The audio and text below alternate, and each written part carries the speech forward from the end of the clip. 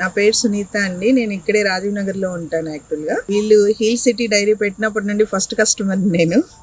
ఇక్కడే పాలు పోయించుకుంటున్నాను. So I'm very very happy. ఇక్కడ ఫస్ట్ గేదె పాలు దొరుకుతున్నందుకు చాలా హ్యాపీ. అందరికీ మనం హెల్ప్ చేయాలి, అది ఖర్చు అయినా సరే పెట్టి అనేటటువంటి థాట్ రావటం అనేది చాలా గొప్ప విషయం అనేది నా అభిప్రాయం. ఎప్పుడు వీళ్ళు అసలు నీళ్లు కూడా కలపకుండా మన ముందే పోస్తారు.